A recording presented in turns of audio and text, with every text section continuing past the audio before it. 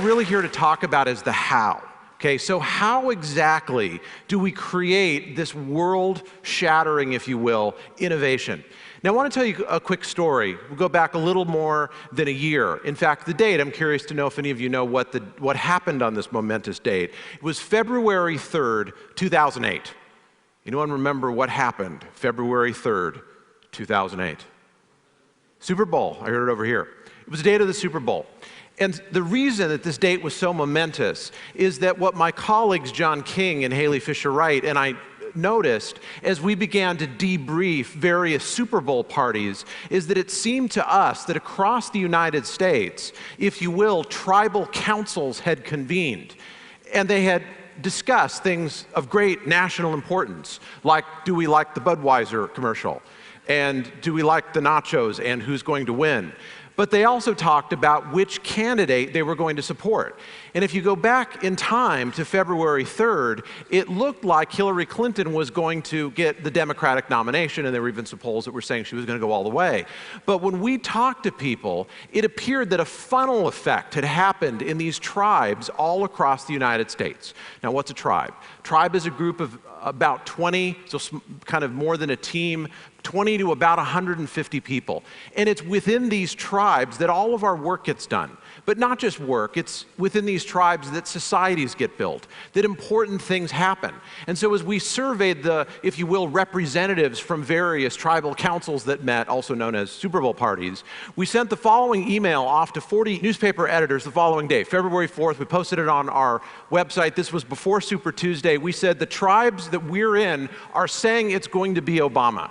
Now, the reason we knew that was because we spent the previous 10 years studying tribes, studying these naturally occurring groups. All of you are members of tribes. In walking around at the break, many of you had met members of your tribe, and you were talking to them. And many of you were doing what great, if you will, tribal leaders do, which is to find someone who's a member of a tribe and to find someone else who's another member of a different tribe and make introductions. That's, in fact, what great tribal leaders do. So, here's the bottom line. If you focus in on a group like this happens to be a USC game, and you were to zoom in with one of those super satellite cameras and do magnification factor so that you could see individual people, you would in fact see not a single crowd, just like there's not a single crowd here, but you would see these tribes that are then coming together, and from a distance, it appears that it's a single group. And so people form tribes. They always have, they always will. Just as fish swim and birds fly, people form tribes. It's just what we do. But here's the rub. Not all tribes are the same. And what makes the difference is the culture. Now here's the net out of this. You're all a member of tribes. If you can find a way to take the tribes that you're in and nudge them forward along these tribal stages to what we call stage 5, which is the top of the mountain. But we're going to start with what we call stage 1. Now, this is the lowest of the stages. You don't want this, okay? This is a bit of a difficult image to put up on the screen, but it's one that I think we need to learn from. Stage 1 produces people who do horrible things. This is the kid who shot up Virginia Tech. Stage 1 is a group where people systematically sever relationships from functional tribes and then pool together with people who think like they do. Stage 1 is literally the culture of gangs, and it is the culture of prisons. Now again, we don't often deal with stage 1, and I want to make the point that as members of society, we need to. It's not enough to simply write people off. But let's move on to stage 2. Now, stage 1, you'll notice, says, in effect, life sucks. So in this other book that Z mentioned that just came out called The 3 Laws of Performance, my colleague Steve Zaffron and I argue that as people see the world, so they behave. Well, if people see the world in such a way that life sucks, then their behavior will follow automatically from that. It'll be despairing hostility. They'll do whatever it takes to survive, even if that means undermining other people. Now, my birthday is coming up shortly, and my driver's license expires. And the reason that that's relevant is very soon, I will be walking into what we call a stage 2 tribe, which looks like this. Now, am I saying that in every department of motor vehicles across the land you find a stage 2 culture? No. But in the one near me, where I have to go in just a few days, what I will say when I'm standing in line is, how can people be so dumb and yet live? Okay. Now, am I saying that there are dumb people working here? Actually, no, I'm not. But I'm saying the culture makes people dumb. Okay? So in a stage 2 culture, and we find these in all sorts of different places. You find them, in fact, in the best organizations in the world. You find them in all places in society. I've come across them at, the organizations that everybody raves about as being best in class. But here's the point. If you believe and you say to people in your tribe, in effect, my life sucks. I mean, if I got to go to TEDx USC, my life wouldn't suck, but I don't, so it does. If that's how you talked, imagine what kind of work would get done, what kind of innovation would get done, the amount of world-changing behavior that would happen. In fact, it would be basically nil.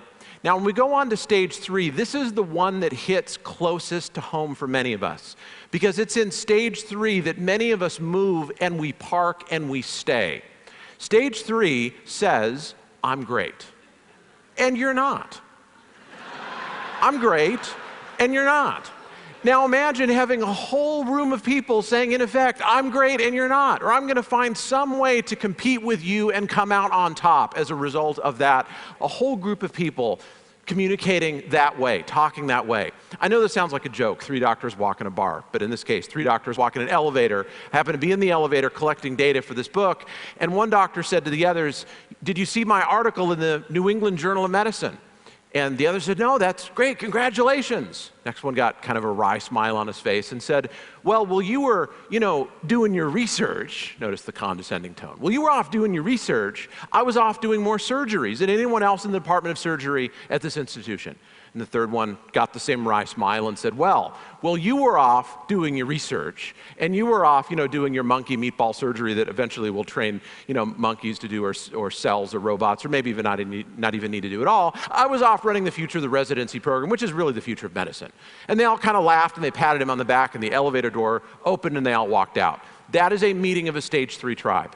Now, we find these in places where really smart, successful people show up. Like, I don't know, TEDx at USC. Here's the greatest challenge we face in innovation. It is moving from stage 3 to stage 4.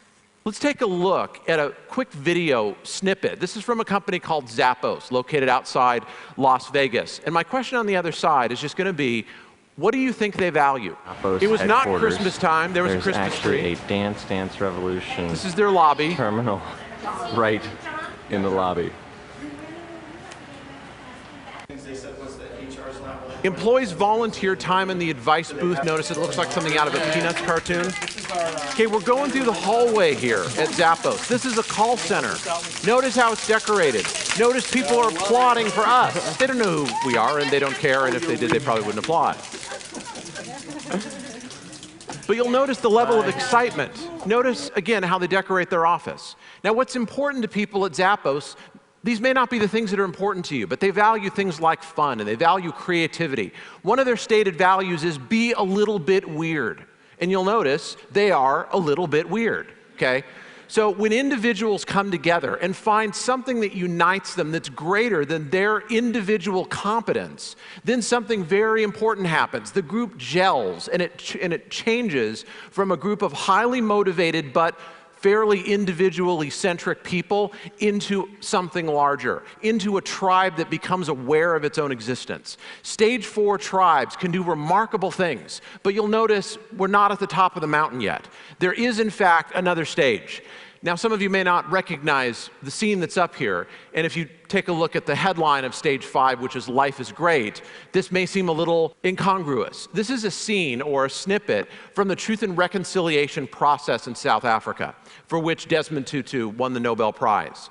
Now, think about that. South Africa, terrible atrocities had happened in the society, and people came together focused only on those 2 values, truth and reconciliation. There was no roadmap. No one had ever done anything like this before. And in this atmosphere where the only guidance was people's values and their noble cause, what this group accomplished was historic.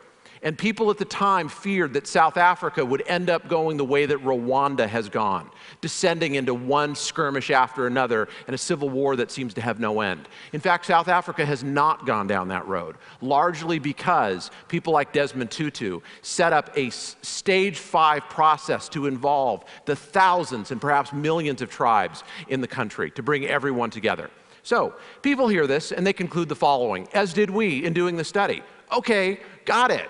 I don't want to talk stage 1. That's like, life sucks. Who wants to talk that way? I don't want to talk like they do with the particular DMV that's close to where Dave lives. I really don't want to just say I'm great because that kind of sounds narcissistic and then I won't have any friends. Saying we're great, that sounds pretty good, but I should really talk stage 5, right? Life is great. Well, in fact, there are 3 somewhat counterintuitive findings that come out of all this. The first one, if you look at the Declaration of Independence and actually read it, the phrase that sticks in many of our minds is things about inalienable rights. I mean, that's stage 5, right? Life is great, oriented only by our values, no other guidance. In fact, most of the document is written at stage 2. My life sucks because I live under a tyrant, also known as King George. We're great. Who's not great? England. Sorry. Well, what about other great leaders? What about Gandhi? What about Martin Luther King? I mean, surely these were people who just preached life is great, right? Just one little bit of happiness and joy after another. In fact, Martin Luther King's most famous line was at stage 3. He didn't say, we have a dream. He said, I have a dream. Why did he do that? Because most people are not at stage 5. 2% are at stage 1. About 25% are at stage 2, saying in effect, my life sucks. 48% of working tribes say, these are employed tribes, say, I'm great, and you're not, and we have to duke it out every day, so we resort to politics. Only about 22% of tribes are at stage 4, oriented by our values, saying we're great, and our values are beginning to unite us. Only 2% of tribes get to stage 5, and those are the ones that change the world. So the first little finding from this is that leaders need to be able to talk all the levels so that you can touch every person in society. But you don't leave them where you found them, okay? Tribes can only hear one level above and below where they are. So we have to have the ability to talk all the levels to go to where they are. And then leaders nudge people within their tribes to the next level. I'd like to show you some examples of this. One of the people we interviewed was Frank Jordan, former mayor of San Francisco. Before that, he was chief of police in San Francisco. And he grew up essentially in stage 1. And you know what changed his life? It was walking into one of these, a boys and girls club. Now, here's what happened to this person who eventually became mayor of San Francisco. He went from being alive and passionate at stage 1, remember, life sucks, despairing hostility, I will do whatever it takes to survive, to walking into a boys and girls club, folding his arms, sitting down in a chair and saying, wow, my life really sucks. I don't know anybody. I mean, if I was into boxing like they were, then my life wouldn't suck, but I don't, so it does. So I'm going to sit here in my chair and not do anything. In fact, that's progress. We move people from stage 1 to stage 2 by getting them in a new tribe and then over time, getting them connected. So what about moving from stage 3 to stage 4? I want to argue that we are doing that right here. TED represents a set of values. And as we unite around these values, something really interesting begins to emerge. If you want this experience to live on as something historic, then at the reception tonight, I'd like to encourage you to do something beyond what people normally do and call networking, which is not just to meet new people and extend your reach and extend your influence, but instead find someone you don't know and find someone else you don't know and introduce them. That's called a triadic relationship. See, people who build world-changing tribes do that. They extend the reach of their tribes by connecting them, not just to myself so that my following is greater, but I connect people who don't know each other to something greater than themselves. And ultimately, that's to their values. But we're not done yet, because then how do we go from stage 4, which is great, to stage 5? The story that I like to end with is this. It comes out of a place called the Gallup organization. You know, they do polls, right?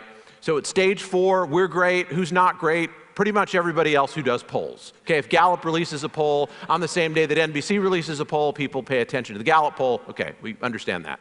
So they were bored. They wanted to change the world. So here was the question someone asked. How could we, instead of just polling, what Asia thinks or what the United States thinks or who thinks what about Obama versus McCain or something like that, what does the entire world think? And they found a way to do the first ever world poll. They had people involved who were Nobel laureates in economics, who reported being bored. And suddenly they pulled out sheets of paper and were trying to figure out, how do we survey the population of sub-Saharan Africa? How do we survey populations that don't have access to technology and speak languages we don't speak, and we don't know anyone who speaks those languages? Because in order to achieve on this great mission, we have to be able to do it. Incidentally, they did pull it off, and they released the first ever world poll.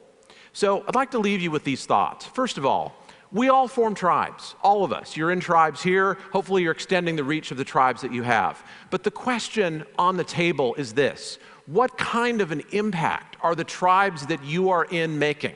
You're hearing one presentation after another, often representing a group of people, a tribe, about how they have changed the world.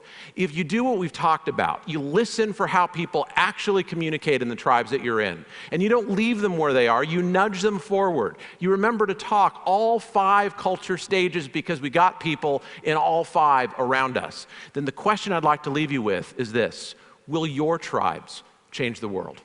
Thank you very much.